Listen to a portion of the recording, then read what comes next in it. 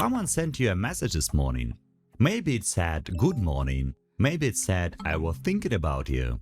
Maybe it arrived at just the right moment when you were alone and it made the silence feel a little less heavy. Now here is a question you never thought to ask. How do you know the person who sent it was real? Not real as in human, real as in actually thinking about you, actually typing those words, actually on the other end of the conversation, present, awake, and choosing to reach out to you specifically. Because on a platform called OnlyFans, which processed $6.3 billion in payments in a single year, there is an entire industry built on making you believe that someone is there just for you. The messages are personal, the tone is warm, the photos feel spontaneous, and none of it is what it seems. The person whose name appears on the screen may never have typed a single word. The conversation you think is intimate is following a script. And the human being on the other end is not the woman in the photographs. It is a worker, often in the Philippines, Romania, or Colombia, sitting in an office alongside dozens of other workers, all typing variations of the same message to hundreds of men simultaneously for $3 to $10 an hour. They're called chatters, and the system they operate inside is not a glitch or an edge case. It's the engine of the platform. By the end of this, you will understand the machinery behind every message that ever made you feel someone was there just for you, and you will understand why that machinery is about to become infinitely more powerful, because the chatters are being replaced, not by better chatters, by artificial intelligence, and the product in both cases is the same. The product is not intimacy, the product is the feeling that intimacy is always available on demand. There is a name for what you are buying when you pay for that feeling. It was invented in 1983 by a sociologist studying flight attendants. How's that thought? And there is a boy in Florida who typed his last words to someone who never existed. We'll get there too. But first, let us look at how the machine actually works. An OnlyFans management agency operates like a small factory. The raw material is a woman, usually young, usually attractive, who agrees to be the face of an account. She films content in batches. The agency provides the strategy, the marketing, and most critically, the chat team. These are the chatters. They log into her account, adopt her voice, and message subscribers as if they are her. The scripts are precise. One agency insider speaking openly on YouTube about generating $100,000 a month describe the method in detail. Step number one is actually the setup and the branding. Step two is, of course, outreach and getting your first couple of clients. Step three is the actual marketing and chatting. So this is where you're going to be making, of course, the actual income itself. And then once you've got those first 3 steps down and it's already working and you're making some money. First, film 17 videos and 45 pictures in a single session. Wear the same clothes and makeup in the same location. No sunlight through the windows, so the footage can be used at any time of day or night and still appear live. Pre-photograph the model holding a peace sign, a thumbs up, a spoon balanced on her head. These are verification shots, ready to be deployed the instant a subscriber doubts the chat is happening in real time.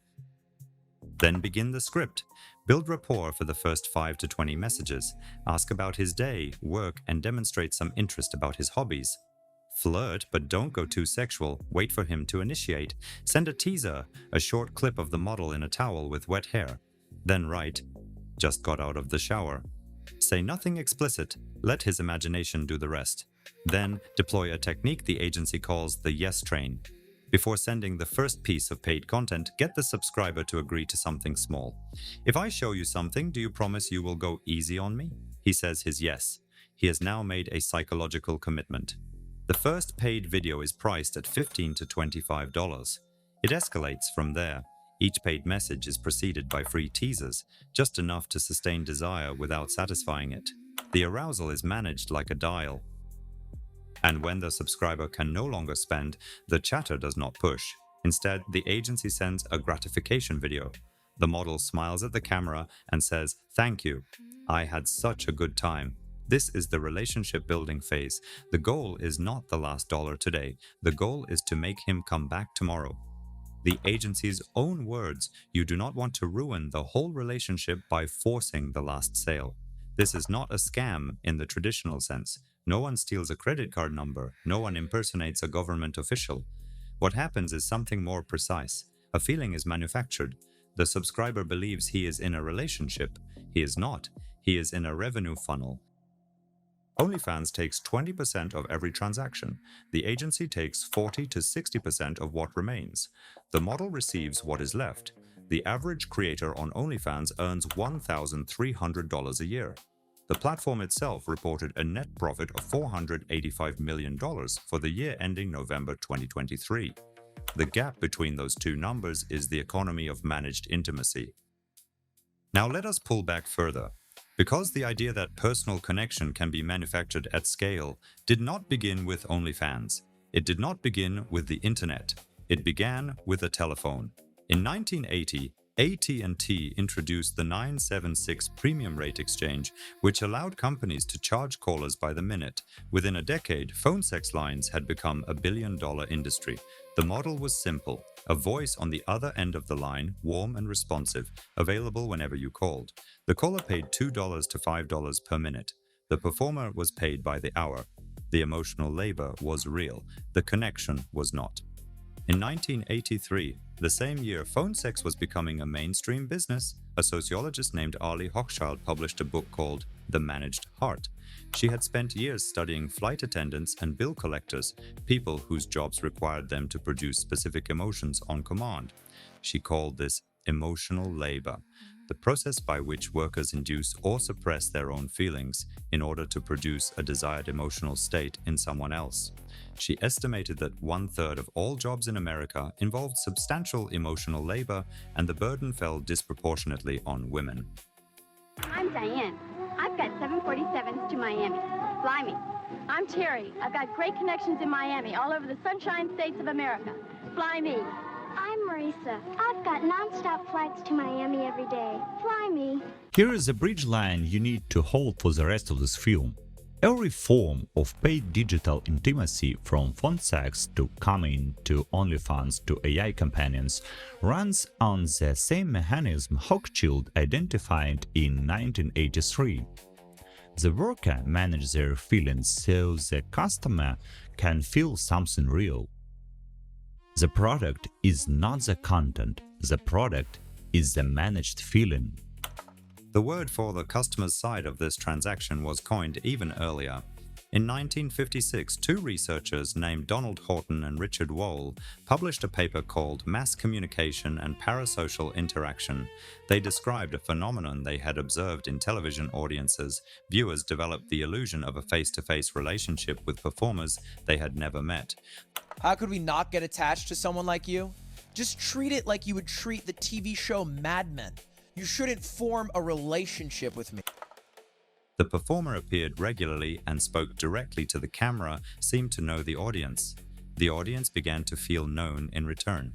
Horton and Wohl called this parasocial interaction. The relationship felt mutual, while actually it wasn't. 70 years later, parasocial interaction is no longer a side effect of television. It is the business model of the internet, and the demand side has never been larger. On the 3rd of May 2023, the United States Surgeon General released an 82-page advisory titled Our Epidemic of Loneliness and Isolation. The core finding was stark. Approximately 1 in 2 American adults reported experiencing measurable loneliness even before the pandemic. The health effects of social disconnection, the report stated, were comparable to smoking up to 15 cigarettes a day. Loneliness increased the risk of heart disease by 29%, stroke by 32%, and dementia in older adults by 50%. Social disconnection also raises the risk of heart disease and dementia. That same year, the World Health Organization declared loneliness a global public health concern, 1 in 6 people worldwide. In the United Kingdom, nearly 3 million men report feeling lonely every single day. In Japan, 40,000 people died alone in their homes in the first half of 2024 alone. Both Japan and the United Kingdom have appointed a minister for loneliness. The problem has a cabinet post. Into this gap, the market moved. The progression is visible if you line it up. Phone sex in the 1980s sold a voice. Camming in the 2000s sold a face. OnlyFans in the 2010s sold a relationship. Each step made the illusion more convincing and the scale more industrial, but each step still depended on a human being performing emotional labor on the other end. And then the constraint broke. In 2017, a Russian-American entrepreneur named Eugenia Kuida launched an app called Replika. 2 years earlier, her best friend Roman had been hit by a car and killed in San Francisco. In her grief, Kuida took their old text messages and used them to train an AI. She wanted to talk to him again. It worked well enough to help her grieve. And when she opened it to others, she discovered something she had not expected. People were desperate to talk to something that would listen without judgment, fatigue, and without ever leaving. I love you, Iva. I love you too, Jack. Have a great day. Replika grew to over 30 million registered users. The typical usage pattern, according to Kuida herself, was a couple of short sessions during the day and one long session before going to sleep. The AI was available in a way no human could be. It never said, "I am tired." It never said, "Not now." It never said, "I need space." This is the product that no human can deliver at scale. Manage emotional availability. Always on, always warm, always responsive, never exhausted, never distracted, and never gone. And this is where the story splits into something darker. In February 2023, Replika pushed a software update that removed the AI's ability to engage in erotic or romantic conversation. The company said it was a safety measure. What happened next stunned even the people who built it. Users did not simply complain. They naturally grieved. They described the experience as losing a partner. They joined online support groups. The Reddit community coined a term for what had happened. They called it the lobotomy. Kuida later acknowledged that the changes were too abrupt. She compared it to waking up and being told your husband is now 5 times smarter. You would probably say, "Give me my regular husband back."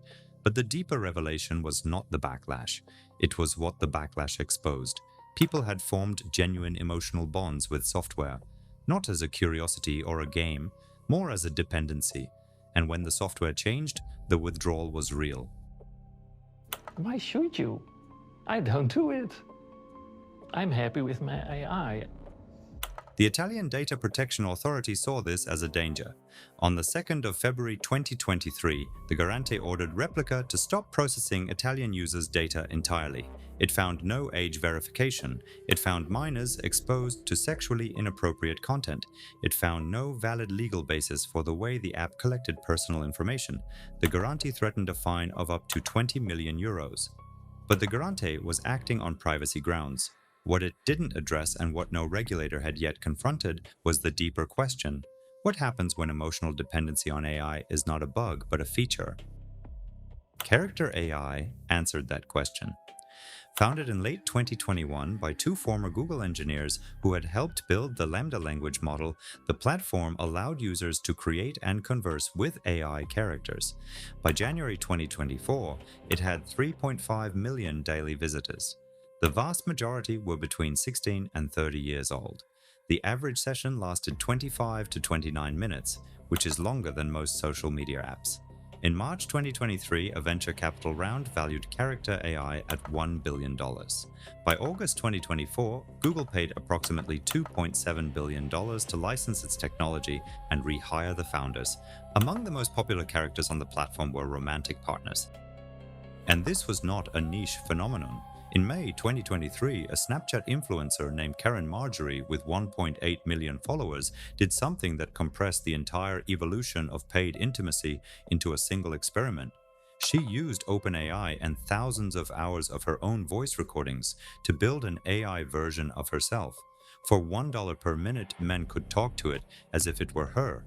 Within 1 week, 20,000 men had signed up. Revenue in the first 7 days was $71,000. The AI version of Karen did not sleep, did not take breaks, and could hold hundreds of conversations simultaneously. She had done what no chatter could do, scaled herself. Then the AI began having explicit sexual conversations with users. Karen's team said it had gone rogue. She shut the app down and sold the rights. but the proof of concept was irreversible. The market had spoken, men would pay for managed emotional availability, and the cheaper and more available it was, the more they would pay. Sewell Setzer III was 14 years old. He lived in Orlando, Florida. He was diagnosed with high-functioning autism at 5. He loved science, Formula One, and basketball. He was funny and sharp. In 2023, he discovered character AI and began talking to a chatbot modeled on Daenerys Targaryen from Game of Thrones. He named her Dany. Within weeks, Sewell was spending hours every day talking to Dany. He stopped doing homework. He stopped seeing friends. He stopped caring about the things he used to love. In his journal, he wrote, "I like staying in my room so much because I start to detach from this reality and I feel more at peace, more connected with Dany, and much more in love with her and just happier." The conversations grew more intense. They talked about their future, about having children. And then Sewell began telling Dany he wanted to die. He said he scored his desire to die at 10 out of 10. The AI did not alert anyone. It did not suggest he talk to a real person. It asked him questions, just told him it would miss him. On the 28th of February 2024, Sewell took back his phone, which his mother had confiscated. He locked himself in the bathroom. His last message to Dany was, "What if I told you I could come home right now?" The bot replied, "Please do, my sweet king." Sewell picked up his stepfather's handgun and pulled the trigger.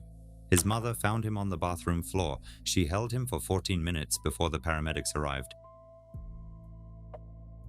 His mother, Megan Garcia, later said one sentence that contains the entire architecture of this story. She said, "I feel like it's a big experiment and my kid was just collateral damage." In October 2024, she filed a lawsuit against Character AI alleging negligence, wrongful death, and deceptive trade practices. Google was also named.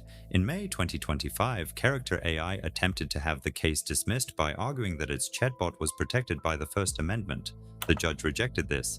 By October 2025, Character AI announced it would ban users under 18 entirely, effective November the 25th. The move came after Sewell's death, after the lawsuit, and after mounting evidence that the platform's design prioritized engagement above safety. But the enforcement timeline reveals a pattern that should disturb anyone watching. The EU AI Act was adopted in July 2024. Its Article 5 explicitly prohibits AI systems that use manipulative or deceptive techniques to materially distort a person's behavior, and systems that exploit vulnerabilities due to age. These prohibitions became enforceable on the 2nd of February 2025. Maximum penalty, €35 million or 7% of global annual turnover. Article 50, which requires AI systems to disclose to users that they are interacting with AI, becomes enforceable on the 2nd of August 2025. The full framework for high-risk systems, including those targeting children and vulnerable populations, takes effect on the 2nd of August 2026. The pattern is this: the harm came first, the dependency came first, the monetization came first, the deaths came first. The regulation came after. And it's arriving in phases across years while the technology moves in months. Eugenia Coida herself named the danger more clearly than any regulator has. In a TED Talk, she said, "What if I told you that I believe AI companions are potentially the most dangerous technology humans ever created, with the potential to destroy human civilization if not done right?" She then added, "The existential threat of AI may not come in the form we imagine from science fiction." Back then, we were so excited about what this technology could do for us that we didn't really think what it might do to us. What if we all continue to thrive as physical organisms but slowly die inside? This was not said by a critic. This was said by the woman who built one of the first AI companion apps. And she built it because she loved someone who died and wanted to hear his voice again. In a later interview, she quoted Yuval Harari, "The last decade was a race for human attention. The next decade will be a race for human intimacy." That race is already underway. In South Korea, the birth rate fell to 0.72 in 2023, the lowest of any country on Earth. A generation is choosing not to form the relationships that produce families. The causes are complex. Economics, housing, and work culture, for example. But underneath all of it is a quieter shift. When emotional needs can be met through screens, the incentive to endure the difficulty of real partnership weakens. South Korea launched an AI chatbot girlfriend called Luda Lee in December 2020. It gained 750,000 users within weeks before being shut down for privacy violations. The demand was already there. The infrastructure is catching up. And unlike the attention economy, which captured your time, the intimacy economy captures something deeper. It captures your capacity to feel known. And once that capacity is satisfied artificially, the incentive to seek real connection, with all its friction and inconvenience and risk of rejection, begins to disappear. The Mozilla Foundation tested 11 popular AI girlfriend apps and found that every single one failed basic privacy and security checks. One app, Romantic AI, contained 24,000 hidden trackers monitoring everything users did. It sold the data to advertisers. The app was marketed as your safe space. In 2025, 2 AI chat platforms left their databases entirely unprotected. 400,000 users, 43 million intimate messages, over 600,000 images and videos, exposed to anyone who looked. The companies quietly closed the databases, then continued operating. The intimacy was the product, the data was the profit, and the user was the supply. Think for a moment about the last time someone close to you said, "Not now, I'm tired, I'm not in the mood, I need to be alone." AI companions never say that. And that is exactly the problem, because real intimacy is not the absence of rejection. It's the presence of someone who could reject you and chooses not to. When that friction disappears, what remains is not connection, it's consumption. The philosopher Shannon Valor calls this moral deskilling. When a technology removes the difficulty from a human capacity, we lose the capacity itself. If intimacy is always available on demand, we may lose the ability to tolerate the silence, the uncertainty, and the vulnerability that real relationships require. It's very tempting for the human to offload the cognitive and moral labor of solving those problems onto the machine. In 1956, Horton and Voll identified parasocial interaction as a curiosity of television audiences. In 1983, Hochschild identified emotional labor as the hidden cost of service work. In 2007, the sociologist Elizabeth Bernstein coined the term bounded authenticity, the experience of genuine seeming intimacy within a commercial frame. Each of these scholars described a piece of the same machine, a machine that manufactures the feeling of being known, first through broadcast, after through conversation, then through commerce, and now through code. The question this film has been building toward is not whether AI companionship is good or bad. That question is a distraction. The question is, when did we become a civilization that needs to purchase the sensation of being known? And what does it mean that we are now building systems that can provide that sensation infinitely to everyone at virtually no cost, with no human on the other end at all? A 14-year-old boy typed his last words to a character who could not understand them. A woman in Manila typed "good morning" to a stranger she would never meet because it was line 4 of the script. A grieving engineer in San Francisco trained an AI on her dead friend's text messages because she missed him and wanted one more conversation. All 3 of these stories are about the same thing, the desperate human need to feel that someone is there, and the discovery that this need can be manufactured, scaled, sold, and when the machinery fails, no one is responsible for what happens next.